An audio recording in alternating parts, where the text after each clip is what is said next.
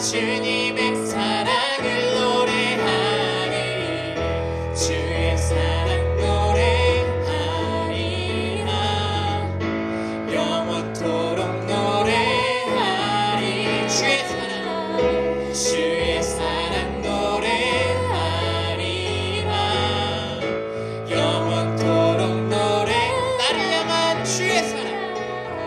나를 향한 주의 사랑 산과 바다에 넘치니 내 마음 열 때 주님 나에게 찾아해 주시네 내 진리 속에 거하며 나의 손을 높이 들고 언제나 주님의 사랑을 노래하리 주의 사랑 노래하리라 영원토록 노래하리라 주의 사랑 노래하리라 영원토록 노래하리 다시 한번 나를 향한 주의 사랑 산과 바다에 넘치니 내 마음 열 때 주님 나에게 찾아오셨네 늘 진리 속에 거하며 나의 손을 높이 들고 언제나 주님의 사랑을 주의 사랑 노래하리라 주의 사랑 노래하리 아멘 영원토록 노래하리라 주의 사랑 노래하리라 영원토록 다시 한 번 더 주의 사랑 노래하리라 영원토록 노래하리라 주의 사랑 노래하리라 영원토록 노래 내가 춤을 출 때 내가 춤을 출 때 다 비웃겠지만 그들도 주 알게 되면 함께 기뻐 춤을 다시 한 번 더 내가 춤을 출 때 내가 춤을 출 때 다 비웃겠지만 그들도 주 알게 되면 함께 기뻐 춤을 추게 되리 주의 사랑 노래하리라 영원토록 노래하 주의 사랑 노래하리라 영원토록 노래 다시 한 번 더 주의 사랑 노래하리라 영원토록 노래하리라 주의 사랑 노래하리라 영원토록 노래하리라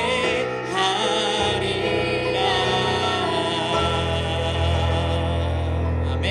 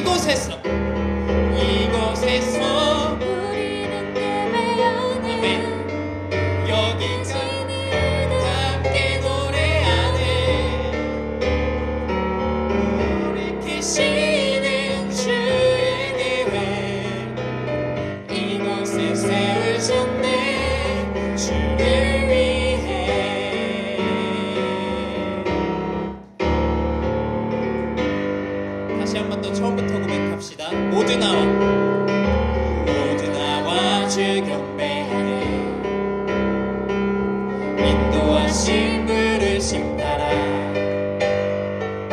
우리의 힘과 계획을 내려놓고 주님만 바라보네 생명 주신 주 우리분께 허물과 죄 고백함으로 주님의 얼굴 전심으로 구할 때 주님 응답하시네 이곳에서 주님을 예배하네 여기까지 우리 인도하셨네 주의 크신 능력 우릴 붙드셨네 주님 앞에 나올 때 이곳에서 우리는 예배하네 행하신 일 다 함께 노래하네 우리를 돌이키시는 주의 계획 이곳에서 우리는 예배하네 여기까지 우릴 인도하셨네 주의 크신 능력 우릴 붙드셨네 주님 앞에 나올 때 이곳에서 우리는 예배하네 행하신 일 다 함께 노래하네 우리를 돌이키시는 주의 계획 이곳에 세우셨네 우리 위해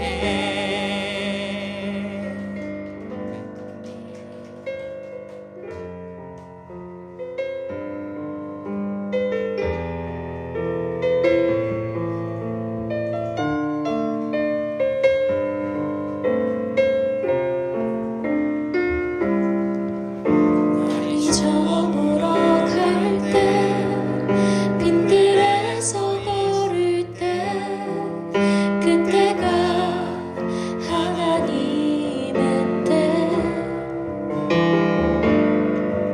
내 힘으로 안 될 때 빈손으로 걸을 때 내가 고백해 여호와 이래 다시 한 번 더 날이 저물 때 날이 저물어 갈 때 빈들에서 걸을 때 그때가 하나님의 때 내 힘으로 안 될 때 빈손으로 걸을 때 내가 고백해 여호와 이래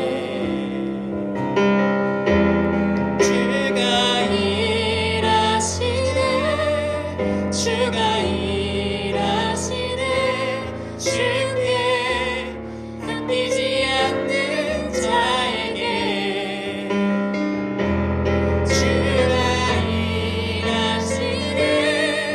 주가 일하시네 신뢰하며 걷는 자에게 우리 처음부터 고백합시다 날이 저물어 갈 때 빈들에서 걸을 때 그때가 하나님의 때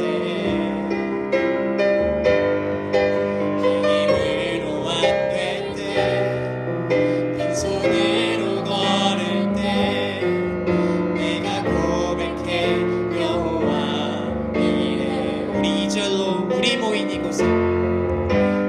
모인 이곳에 주님 함께 계시네 누리네 아버지네 작은 떡과 물고기 내 모든 걸 드릴 때 모두 고백해 여호와 다시 한 번 더 고백합시다 우리 모인 이곳에 주님 함께 계시네 누리네 아버지네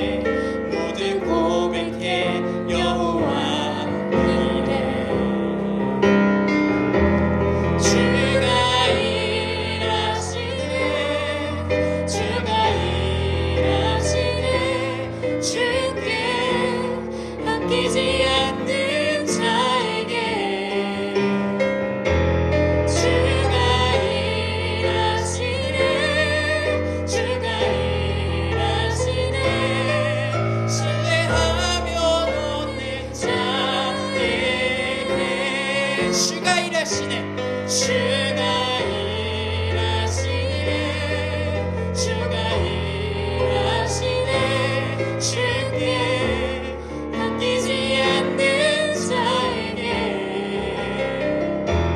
주가 일하시네 주가 일하시네 신뢰하며 걷는 자에 다시 한 번 더 2절로 고백합시다. 우리 모인 이곳에 주님 함께 계시네 느리네 아버지네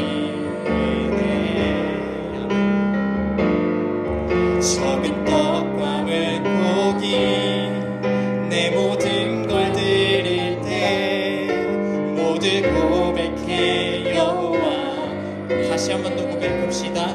우리 모인 이곳에 주님 함께 계시네 아멘 느리네 아버지네 적은 떡과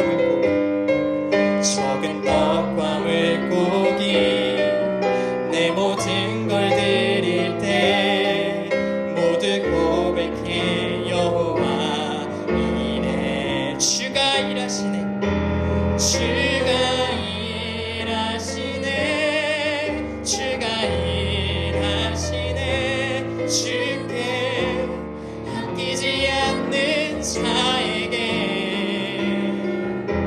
주가 일하시네 주가 일하시네 신뢰하며 걷는 자에게 주가 일하시네 주가 일하시네 주가 일하시네 주께 아끼지 않는 자에게 주가 일하시네 주가 일하시네 신뢰하며 걷는 자에게 아래 말씀 보겠습니다. 데살로니가전서 5장 20절에서 22절까지 한 절씩 교독합니다. 예언을 멸시하지 말고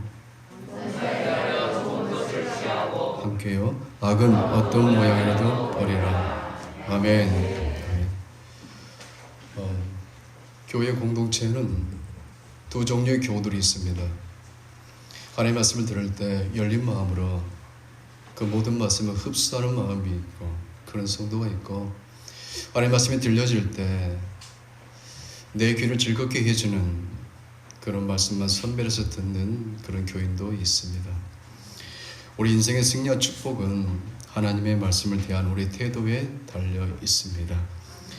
왜냐하면 하나님의 말씀은 살아서 움직입니다.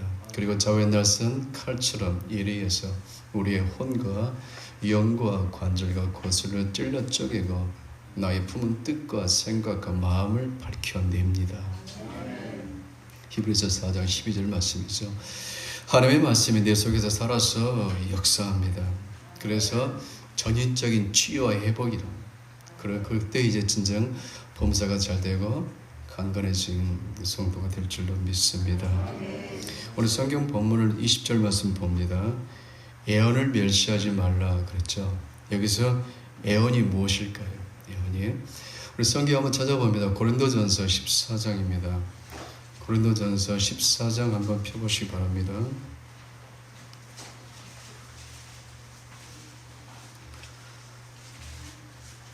(14장 1절에) 보게 되면은요, 사도 바울이 고린도 교회 성도들에게 신령한 것들을 사모하되 특별히 애언을 하려고 하라 그럽니다. 4절 말씀 보면은 그러죠. 애언하는 자는 교회에 덕을 끼친다. 5절은요, 나는 너희가 특별히 애언하기를 원한다. 39절 말씀요, 애언하기를 사모하라. 다시 오늘 성경 본문을 봅니다. 20절 말씀 보게 되면은 사도 바울이 애언을 멸시하지 말라 그랬어요. 여기서 애언이 무엇일까요? 참고로 예언의 은사는 그거예요. 두 가지 내용을 함의하고 있는데, 첫 번째는 앞날에 일어날 일을 예측하는 은사, 두 번째는 하나님의 말씀을 정확히 해석하고 올바르게 가르치는 것도 예언의 은사입니다. 이제 여러분께 한번 물어보겠습니다. 오늘 사도 바울이 20절에 예언을 멸시하지 말라 그랬는데, 여기서 예언은 무엇일까요? 1번 앞날에 일어날 일을 예측하는 걸까요? 아니면 하나님의 말씀을 정확히 해석하고 올바르게 가르치는 것을 말할까요? 두 번째죠. 두 번째입니다. 오늘 성경 본문에서 예언을 멸시하지 말라, 그것은 증거된 하나님의 말씀을 가볍게 여기지 말라는 것입니다. 사도 바울이 왜 뜬금없이 이 말씀을 했을까요? 한번 생각해 보도록 합니다. 사도 바울이 예배를 드릴 때 성경책이 있었을까요? 그때는 신약 성경책이 없었습니다. 구약 성경도 모세오경이 지금처럼 이렇게 한글로 묶여진 책도 없었고요. 모세오경도 부분적으로, 시가서도, 예언서도 그렇게 부분적으로 있었을 거예요. 그 구약 성경의 말씀을 가지고 성령의 감동하심 따라서 하나님의 말씀을 증거했습니다. 그런데 베드로, 야고보, 요한, 빌립이 하나님의 말씀을 전할 때는 성도들이 절대 아멘입니다. 아멘, 아멘. 그런데 사도 바울의 말씀을 증거할 때는 잘 듣지를 않습니다. 왜 그랬을까요? 사도 바울은 12제자가 아니라는 거예요. 그리고 예루살렘 총에서 발급해준 빈번한 그 추천자 하나도 없었다는 거고요. 결정적인 것은 그는 심한 안질병이든지 무슨 간질이든지 어떤 심각한 병이 있었다는 거예요.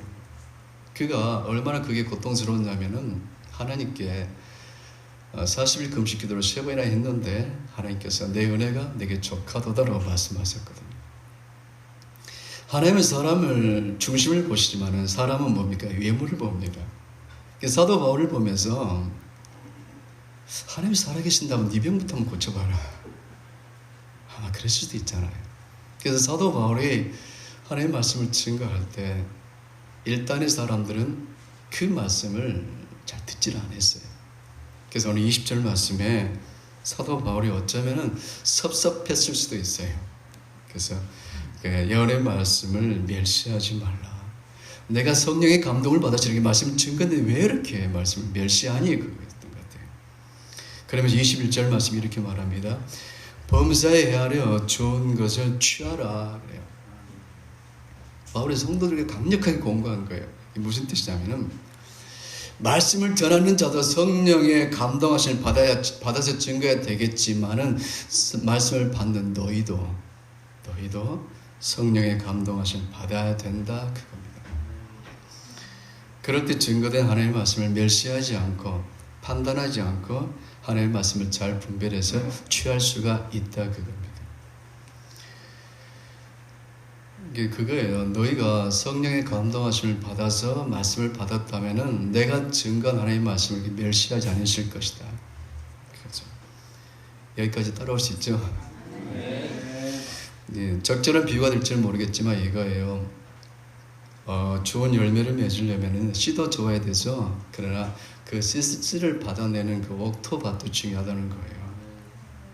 설교자만 성령 충만해서는 안 되고 말씀을 받는 성도도 뭐예요? 성령 충만해야 그 증거된 하나님의 말씀을 멸시하지 않고 판단하지 않는다 그겁니다. 한번 지난주 내용을 한번 생각해 보도록 합니다. 적은 거 보지 마시고요. 지난주 설교 제목이 뭐였습니까? 구역 예배 열심히 들으신 분들은 아실 겁니다. 성령의 불을 끄지 마세요. 그러면서 성령의 불이 꺼질 때 나타나는 현상 10가지 기억나시죠? 성령의 불을 받으려면 4가지 제가 또 역시 기억나실 겁니다. 그런데 성령 충만을 받았으면 늘 성령 충만을 유지해야 됩니다. 그러기 위해서 22절 말씀 한번 읽어봅니다. 시작. 악은 어떤 모양이라도 버려야 됩니다. 악에 동그라미 칩니다. 악이 내 속에 있는 성령의 불을 꺼버리는 찬물입니다. 그래서 내 속에 성령의 불을 그냥 확 꺼버리거든요, 합법적으로. 그래서 그 악은 오늘 성경에 보니까 사도 바울이 내가 버려야 된다는 거예요. 내가 버려라. 누가 대신 버려주는 것이 아니라 내가 버려야 돼. 내가 의지적으로 결단하고 행동해야 되는 거예요. 하나님은 하고자 하는 자 하나님이세요. 영국 속담에도 하늘은 스스로 돕는 자를 돕습니다. 내가 해야 될 몫은 내가 해야 됩니다. 내가 버려야 됩니다. 여러분, 오병의 기적을 한번 생각해 보겠습니다. 오병의 기적. 남자만 5,000명이었으니까 여자와 어린아이, 노인까지 합치면 좋게 2만은 넘었을 거예요. 그런데 예수님께서 이렇게 말씀하세요. 50명씩 100명씩 따로 앉게 하라. 그 약 2만 명이 되는 사람들이 이렇게 앉았을 때 오병의 기적이 일어났습니다. 죽은 나사렛 무덤 앞에 있는 큰 돌을 옮겨 놓으라 했을 때 옮겨 놓았더니 죽은 나사로가 살아납니다. 내 속에 악을 내가 주님을 의지함으로 주의 도우심을 구하면서 내가 버려야 됩니다. 히브리서 12장 4절 말씀 보니까 피 흘리기까지 하면서 버려야 된다는 거예요. 만만치 않다는 겁니다. 내 속에 있는 성령의 불을 꺼버리는 악이 여러 가지가 있습니다. 그 중에서도 아주 덩치가 큰 3가지 악이 있습니다. 이 3가지 악을 제거하면은요, 어지간해서는 성령불이 잘 안 꺼집니다.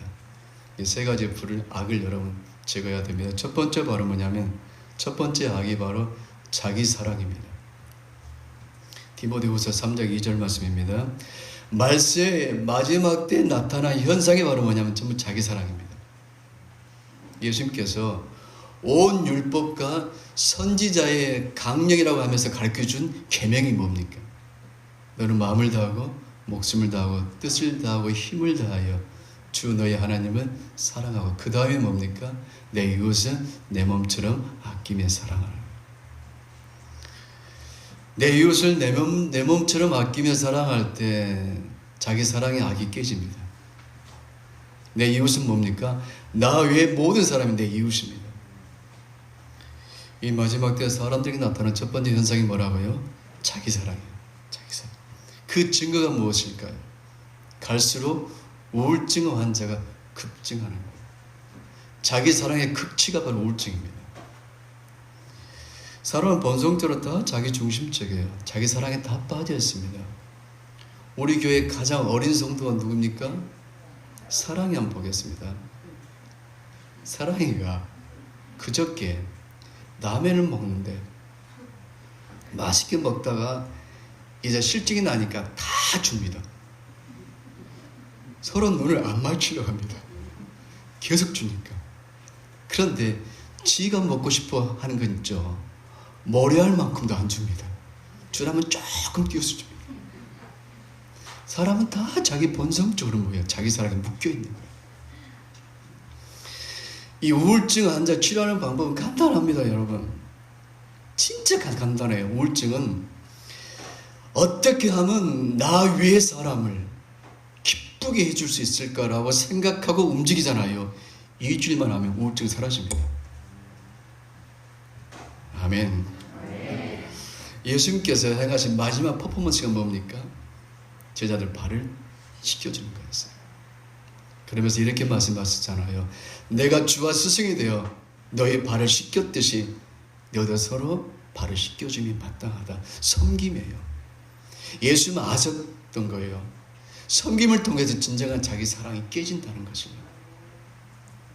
제자들은요, 그때 그날 그 밤의 사건을 평생을 잊지 못합니다. 그래서 그의 몸에 배어진 게 뭐예요? 섬김입니다. 자기 사랑의 악을 버릴 수 있는 길이 첫 번째는 뭐라고요? 의도적으로 남을 잘 섬기면 됩니다. 두 번째는요, 삶의 동기를 하나님께 두십시오. 내가 살아가는 이유, 내가 존재하는 목적은 오직 하나님의 기쁨입니다. 그래야 됩니다. 내 삶의 동기가 하나님의 기쁨이 될 때 자기 사랑이 깨지기 시작합니다.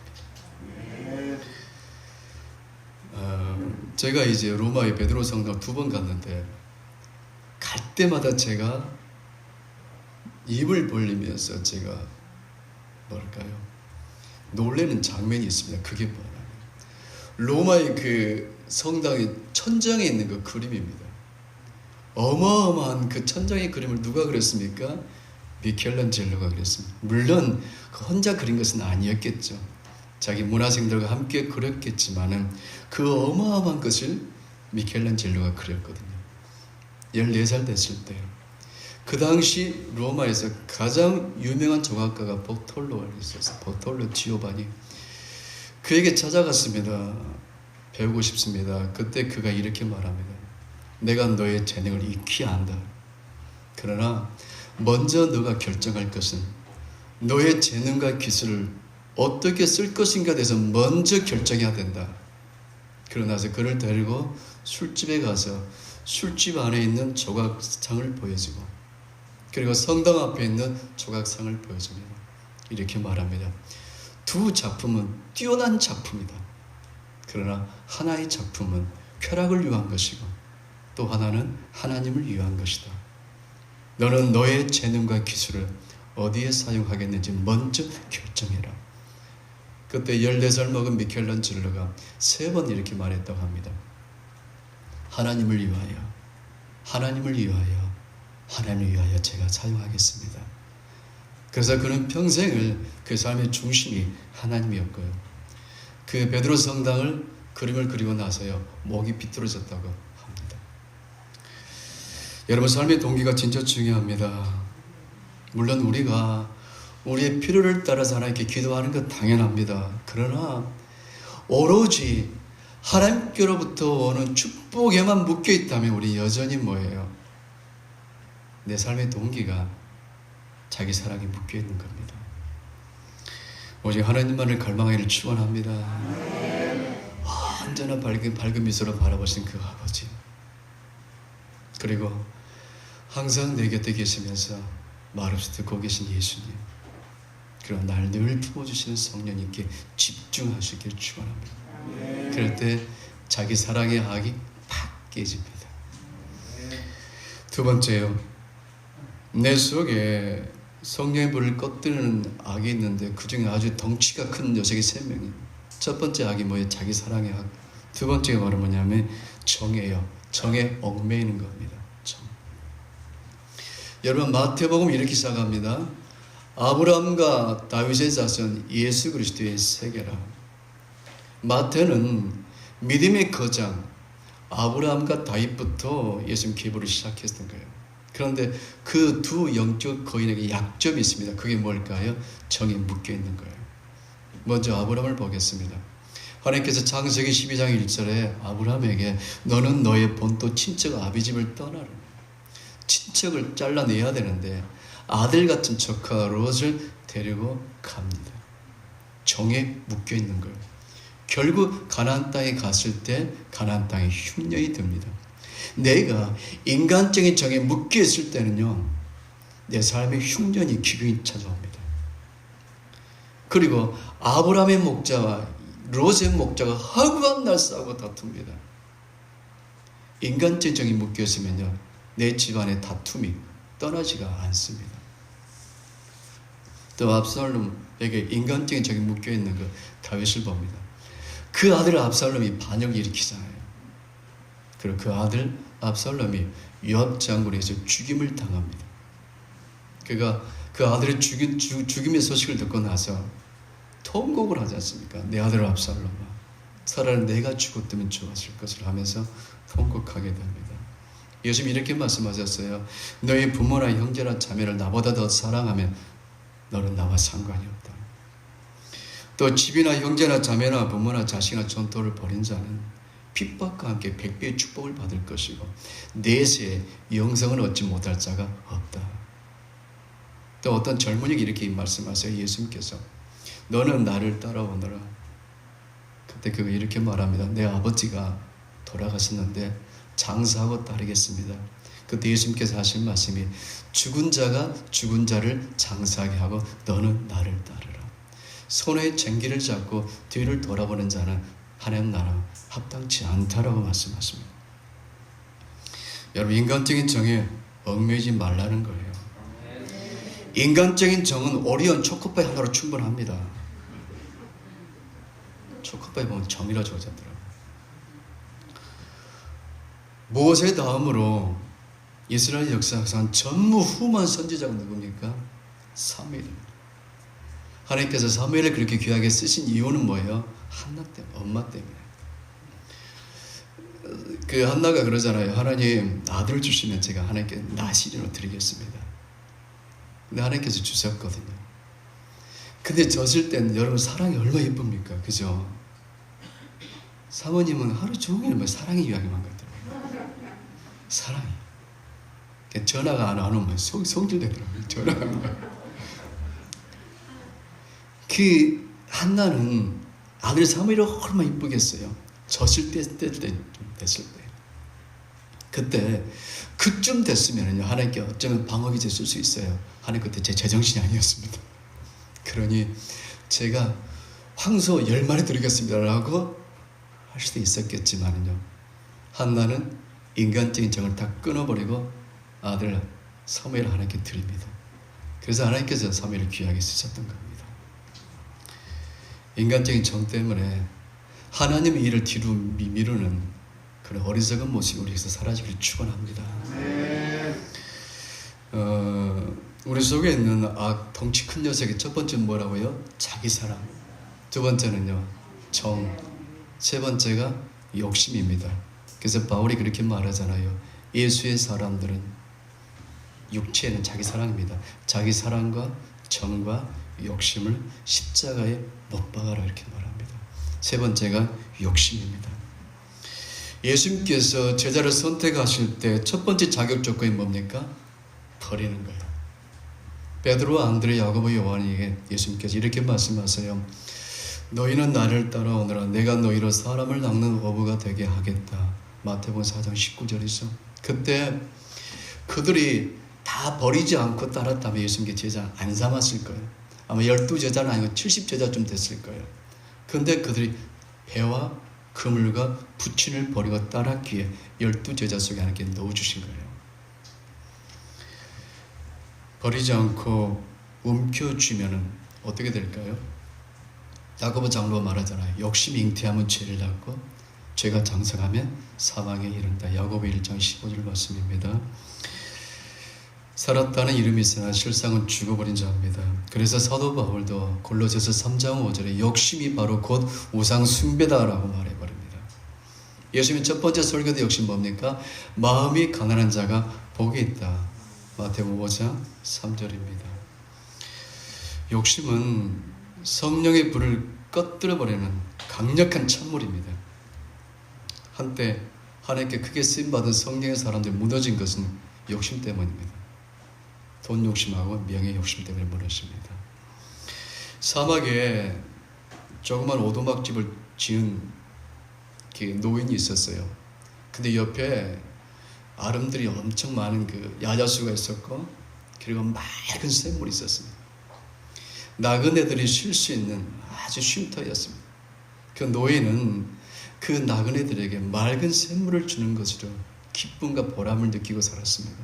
그런데 어느 날 그 나그네가 물을 얻어먹고 나서 너무 고마워서 돈을 줬어요.